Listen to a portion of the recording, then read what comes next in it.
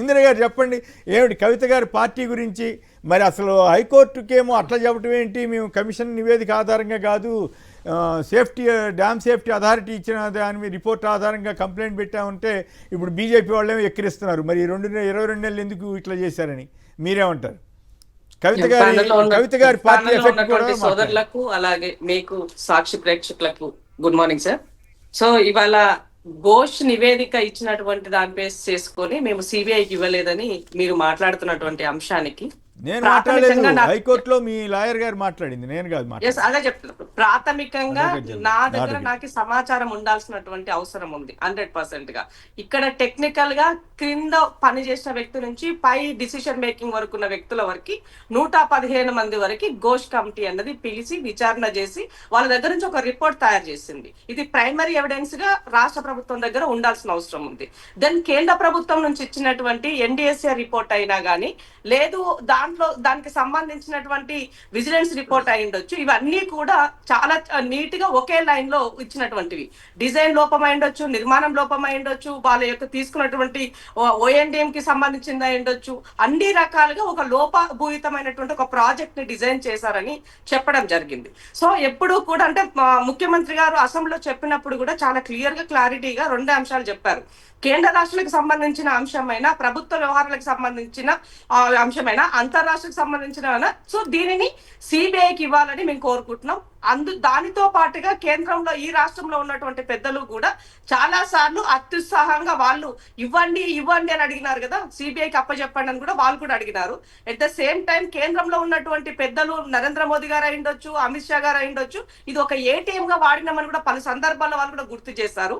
దానికి తోడు గత 10 సంవత్సరాల కాలంలో ఈ రాష్ట్రంలో ఉన్న ప్రతిపక్షాలైనా, ప్రజా సంఘాలైనా, మేధావులైనా కూడా చాలా సందర్భాల్లో కాళేశ్వరం పైన సిబిఐకి కంప్లైంట్ కూడా చేశారు. బట్ ఈ రాష్ట్రంలో సిబిఐ రావడానికి నిషేధం అనేది ఉండింది. సో అది ఎక్కడా కూడా జరగలేదు. కాబట్టి ఇవన్నీ కూడా దీని పర్యవసానంగా ఈ సిబిఐకి ఇవ్వాల్సినటువంటి పరిస్థితి ఏర్పడిందని చెప్పదలుచుకున్నాం. అయితే ఈ అంశంలో భారతీయ జనతా పార్టీ దీన్ని క్లీన్ గా సిబిఐ యొక్క దాని యొక్క ప్రతిష్టని కాపాడుతుందా, లేదంటే వాళ్ళ వాషింగ్ మిషన్ కి సంబంధించిన స్కీమ్ లో ఏమన్నా చేర్చుకుంటారా, దేశంలో వాళ్ళ పైన ఉన్నటువంటి అపవాదుని తొలగించుకోవడం కోసం ఈ రాష్ట్రంలో చేసే కాళేశ్వరం ఎంక్వైరీ ఉపయోగపడే విధంగా ఉంచుకుంటారు అన్నది భారతీయ జనతా పార్టీ కేంద్ర ప్రభుత్వ పెద్దల పైన ఆధారపడి ఉందని మాత్రం.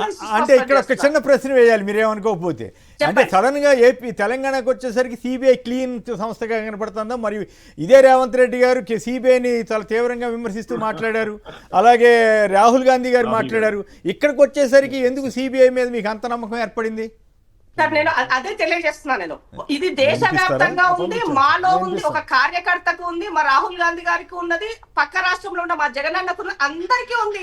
దీని పట్ల కేంద్రంలో ఉన్నట్టు పెద్దలు సిబిఐ వస్తుంది, సిబిఐ అంటే ఈడీ వస్తుంది, ఈసీ పనిచేస్తుంది, ఇట్లా వాళ్ళు ఫ్రంటల్ ఆర్గనైజేషన్ తీసుకుంటున్నారు. కాబట్టి అది కాదు, మేము ఇండిపెండెంట్ గా వ్యవస్థను పనిచేయిస్తున్నామని చెప్పడం. ఒక్క నిమిషం ఇందిరా గారు, రేవంత్ రెడ్డి గారు అన్నది వినిపిస్తారంట రాకేష్ గారు.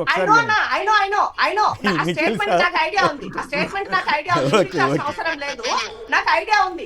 మన ముఖ్యమంత్రిగా రేవంత్ అన్న చెప్పినా కూడా, ఒక కార్యకర్తగా నేను చెప్పినా కూడా 100% భారతీయ జనతా పార్టీ ఈ వ్యవస్థలన్నింటినీ కూడా ఫ్రంటల్ ఆర్గనైజేషన్ గా ఉపయోగించుకుంటున్నాయి. వాళ్ళకి జీవుజూర్ అంటే వ్యవస్థ ఏమి ఉండదు, లేదు అంటే డెఫినెట్ గా వ్యవస్థలు పనిచేస్తాయి అన్నది ఆ నానుడిగా ఉన్నటువంటి అంశాన్ని ముఖ్యమంత్రి గారు చెప్తున్నారు.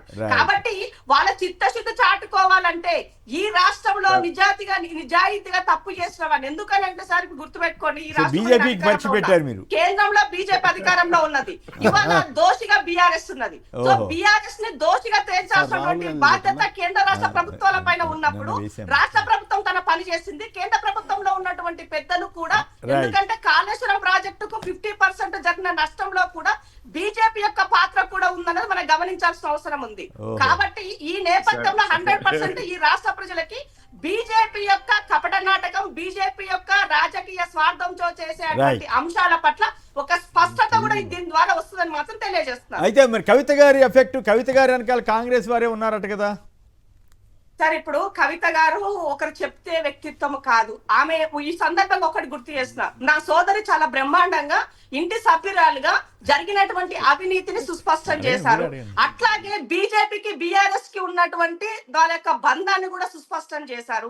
సో కాబట్టి ఇవాళ ఇంట్లో ఉన్నటువంటి బిడ్డ ప్రశ్నించి బయటకు వచ్చి మాట్లాడుతూ ఉంటే, అంటే ప్రతిపక్షాలు మిగతా వాళ్ళు మాట్లాడినటువంటి అంశాన్ని కవిత గారు జోడించి కొన్ని అంశాలు, ఆమె వాస్తవాలు కొన్ని పేర్లతో సహా బయటకు చెప్పడం జరిగింది. నేను ఒకటే అడుగుతున్నాను, ఇవాళ ఆ పార్టీ నుంచి మీరు ఆమె సస్పెండ్ చేస్తున్నారు కదా, గతంలో అది మీ పార్టీ వ్యవహారం, నేను దాంట్లోకి వెళ్ళను. కానీ గతంలో తెలంగాణ ఉద్యమ సమయంలో అయిండొచ్చు, తెలంగాణ వచ్చినాక అయిండొచ్చు, చాలా సందర్భం కాల నరేందర్ అయినా విజయశాంతి గారైనా చాలా పెద్ద వ్యక్తులని కూడా వీళ్ళు సస్పెండ్ చేయలేదు సార్, డైరెక్ట్ ఎక్స్పెల్ చేశారు.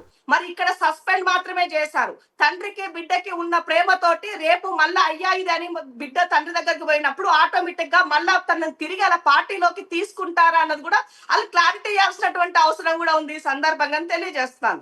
సో ఎక్స్పెల్ కి సస్పెండ్ కి చాలా లాట్ ఆఫ్ డిఫరెన్స్ ఉంది. కాబట్టి ఆ చర్చలో భాగంగా అంటే ఇంటి బిడ్డకైనా మీరేం సలహా మీరు కాదు, మీరు ఈ గతంలో మీరు కూడా తెలంగాణ జాగృతిలో పనిచేసినట్లున్నారు కదా, మీరేం సలహా బాగా మెచ్చుకున్నారు కవిత గారిని, బాగా యాక్టివ్గా పనిచేశారు ఇదంతా అని. ఇప్పుడు ఈ ఎపిసోడ్లో కూడా ఆవిడకే మద్దతిస్తున్నట్లున్నారు కదా, సహజంగానే ఇస్తారు. ఇప్పుడు మీరేం సలహా ఇస్తారు? ఎక్స్పెల్ చేయమంటారా, సస్పెండ్ చేయమంటారా? ఆవిడ కొత్త పార్టీ పెడుతున్నారు కదా, కొత్త పార్టీ ఎఫెక్ట్ కూడా బాగానే ఉంటుందంటారా? నేను ఏమంటానంటే, పార్టీకి నష్టం చేసినప్పుడు మేము ఎంతటి వారినైనా ఉపేక్షించామని నేను చాలా మంది మొన్నటిదాకా లిక్కర్ కేసులో మా అక్కకు నాకు కష్టం జరిగింది, తెలంగాణ ఆడబిడ్డలకి కష్టం అయ్యింది అని అందరూ మీదేసుకొని మాట్లాడిన వాళ్ళు వీళ్ళంతా. మరి ఇవాళ ఆమె వాళ్ళ పార్టీ గురించి జరిగిన వాస్తవాలు మాట్లాడుతూ ఉంటే ఆమెను ఎత్తి చూపి మీరు సస్పెండ్ చేస్తామని చెప్తున్నారు. నేనేమంటున్నా అంటే సస్పెన్షన్ లో కూడా ఏదో డ్రామా ఉందని నేను చెప్తున్నాను. ఇక్కడ ఎక్స్పెల్ అని చేసినప్పుడు ఆటోమేటిక్ ఇంకొక అవకాశం ఉండదు అక్కడ. సో ఆమె పార్టీ పెట్టుకుంటారా, ఇంకెక్కడికన్నా వెళ్తారా అన్నది ఆమె ఇష్టం. అది దాన్ని నేను మాట్లాడే రైట్ నాకు లేదు. ఎందుకనంటే వదిలేసినటువంటి అంశం, పార్టీకి సంబంధించిన వాళ్ళ వ్యక్తిగతకు సంబంధించిన అంశం. కానీ సమాజంలో ఉన్నటువంటి, నేను జాగృతిలో ఆమెతో పని చేశాను 100%. కానీ ఆమె హార్డ్ వర్కర్, పని చేయగలుగుతుంది, చేస్తుంది. దాన్ని తప్పు పట్టాల్సిన అవసరం లేదు. ఒక ఉమెన్ గా తను కష్టపడుతుందని మాత్రం చెప్పగలడు. కానీ 10 సంవత్సరాల్లో నా సోదరి ఎన్నడూ కూడా ఈ అంశాల పట్ల మాట్లాడలేదు. సో హరీష్ రావు గారు అవినీతి చెప్పలేదు, సంతోష్ రావు అవినీతి చెప్పలేదు, వాళ్ళ నాయనని ఆగం చేస్తున్నారని చెప్పలేదు. సో ఈసారి ఒక్క మాట అడుగుతా నేను, ఈ రాష్ట్రంలో కేసీఆర్ కాదని 10 సంవత్సరాల్లో ఏదైనా ఒక చిన్న నిర్ణయం జరిగిందా, ఒక చిన్న జీవో బయటకు వచ్చిందా మీరు చెప్పండి. సో మా నాయనని ప్రొటెక్ట్, వాళ్ళ ఫాదర్ ని ప్రొటెక్ట్ చేయడం కోసం ఆమె మాట్లాడుతున్నట్టుగా ఒక కవరింగ్ కనబడుతుంది ఇక్కడ తప్ప. ఫాదర్ కూడా ఇరిగేషన్ మంత్రికి చేశాడు కదా, ఫాదర్ ని కూడా గబ్బు పట్టించినట్టు అయింది కదా ఆవిడ ఫైనల్ గా. ఇప్పుడు ఫస్ట్ టైం బాగా అవినీతి చేసిండని సెకండ్ టైం తీసేస్తామని చెప్పినారు మీరు. సో సెకండ్ టైం వాళ్ళ నాన్న ఇరిగేషన్ మంత్రి, వాళ్ళ నాన్న దగ్గరే ఉన్నది. సో మరి అలాంటప్పుడు మరి ఫస్ట్ టైం ఉన్నటువంటి ఉన్న వ్యక్తిని అప్పుడెందుకు మీరు అతన్ని దూరం పెట్టలేదు, ఎందుకు సస్పెండ్ చేయలేదు, మరి ఇంకా ఆర్థిక శాఖ ఎందుకు అప్పచెప్పినారు ఆయనకి? అప్పుడు అడుగుతున్నాను నేను. రాకేష్ గారు మాట్లాడిన తర్వాత మళ్ళీ మాట్లాడుతున్నారు కానీ